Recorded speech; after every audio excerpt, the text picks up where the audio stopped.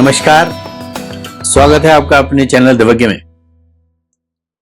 मित्रों, हमने अपनी चर्चाओं में रोगों के ऊपर एक श्रृंखला शुरू करी थी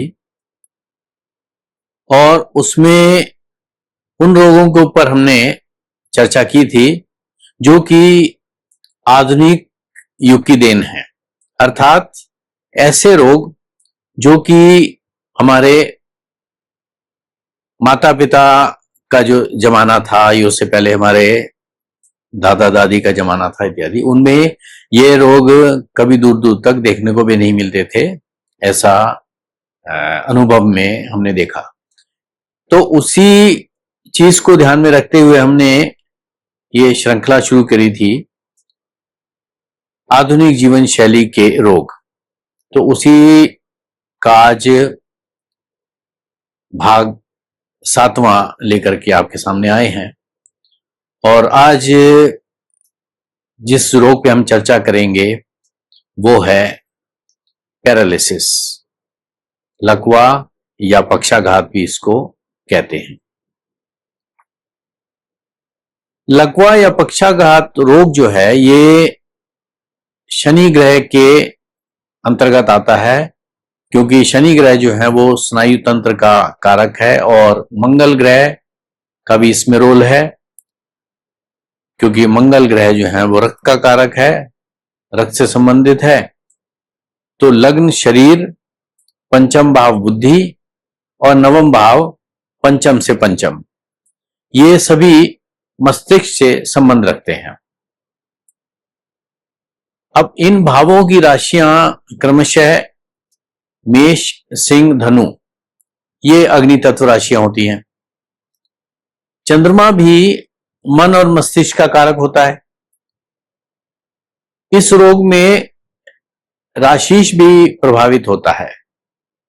अतः जब शनि और मंगल निर्बल अर्थात नीच राशि, शत्रु राशि में वक्री हो या अस्त हो, मतलब ये कंडीशन है कि नीच का हो या शत्रु राशि में या वक्री या अस्त, तो मंगल और शनि जो हैं ये अपनी पावर खो देते हैं।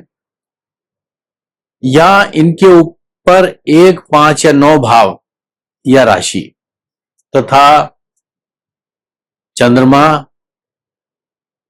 उसका राशिश, लग्नेश, पंचमेश, नवमेश पर भी पाप प्रभाव हो या ये निर्बल अवस्था में हो, तब ये रोग होता है, अर्थात पक्षाघात या लकवा जो है, इसके लिए उपरोक्त इन कंडीशंस का होना जरूरी है। यह रोग तब बनता है जब लग्न में मंगल व बुध हो, पंचम भाव में नीच राशि का शनि हो, नवम भाव में षष्ठेश शुक्र हो, तो भी जातक को लकवा मार सकता है, उसको पक्षाघात अर्थात उसको पैरालिसिस हो सकता है। इसके बाद जहन में एक बात आती है कि अगर ये रोग से कोई पीड़ित हो गया तो क्या उसको अपना पूरा जीवन ऐसे ही बिताना पड़ेगा, या इसके लिए हमारे शास्त्र कुछ हमारे को इसमें रिलीफ देने के बारे में कुछ बताते हैं। तो आइए जानते हैं इसके कुछ ज्योतिषीय उपाय, जो कि करने से निश्चित रूप से इस रोग में जातक को राहत मिलेगी और वो अपना जीवन और आराम तरीके से बिता पाएगा। इसके लिए शुक्र, शनि, बुध, इन 3 ग्रहों की जो राशियां हैं, यानी शुक्र की वृषभ तुला, शनि की मकर कुंभ और बुध की मिथुन और कन्या, इन राशियों में से कोई भी राशि के लगन वाले हो, यानी कि लग्न में इनमें से कोई भी राशि उदय हो रही हो, तो ऐसे जातक को नीलम धारण करना चाहिए, चंद्रमा या मंगल की वस्तुओं का दान करें, व्रत करें और हनुमान जी एवं शिव जी की पूजा करें। मंगल, चंद्र, सूर्य, गुरु राशि के लग्न वाले मूंगा और मोती धारण करें ग्रहों को अनुकूल बनाने के लिए। शनि, राहु और केतु की वस्तुओं का हमें दान करना चाहिए। शनिवार का व्रत रखें और इन तीनों ग्रहों के मंत्रों का, यानी कि शनि, राहु और केतु, इनके मंत्रों का हमें जाप करना चाहिए। इसके अलावा कुछ आध्यात्मिक उपाय भी बताए गए हैं।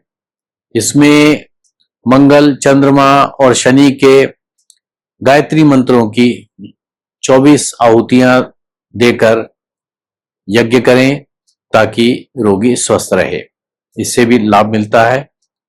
कुछ माह तक हनुमान जी के मंदिर में मंगलवार या शनिवार को जातक पर थोड़ा तेल लगाकर, जहां अखंड दीप जल रहा हो मंदिर में, वहां तेल चढ़ाएं और शीघ्र आरोग्य की प्रार्थना करें। इससे भी जातक को स्वास्थ्य लाभ होगा और वो अपने नॉर्मल जीवन जीने के लिए कुछ परिस्थितियां अनुकूल हो जाएंगी। इसके अलावा कुछ हमारे दूसरे अन्य उपचार हैं ट्रेडिशनल, जैसे कि हम रेकी चिकित्सा कर सकते हैं, व्यायाम करें और योग का भी हमारे को सहारा लेना चाहिए।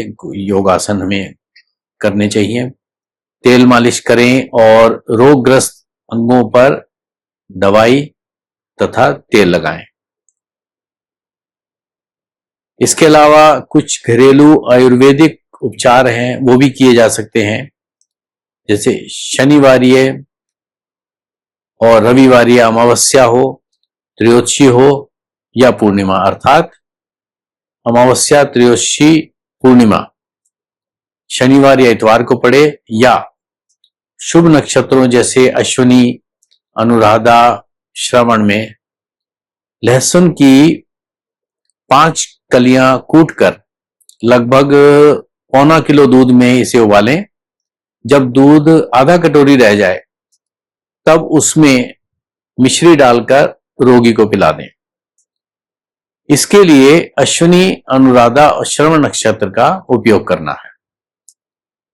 इसके साथ साथ में हमें हनुमान जी का विशेष तौर पे पूजन आराधना करनी चाहिए, विशेष प्रार्थना करनी चाहिए, उनके मंत्र का जाप करना चाहिए।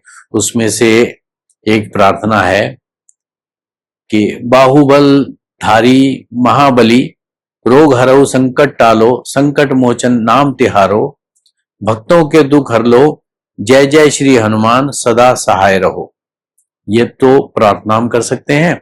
और इसके साथ में जो मंत्र जिसकी हमारे को रोज एक माला का जाप करना चाहिए वो है ओम हम हनुमते रुद्रात्मकाय हुम फट। ये 108 बार प्रतिदिन एक माला का जाप करें तो निश्चय ही लकवा रोग में जातक को काफी आराम मिलेगा और धीरे धीरे उसकी स्थिति जो है नॉर्मल होनी शुरू हो जाएगी। आशा करता हूं कि इस आधुनिक जीवन शैली के रोगों की इस अंतिम श्रृंखला में आज के इस रोग पे जो हमने चर्चा की है वो मेरे विद्वान जनों के लिए लाभदायक सिद्ध होगी और इसके अनुरूप वो अपने लोगों का मार्गदर्शन कर पाएंगे। धन्यवाद।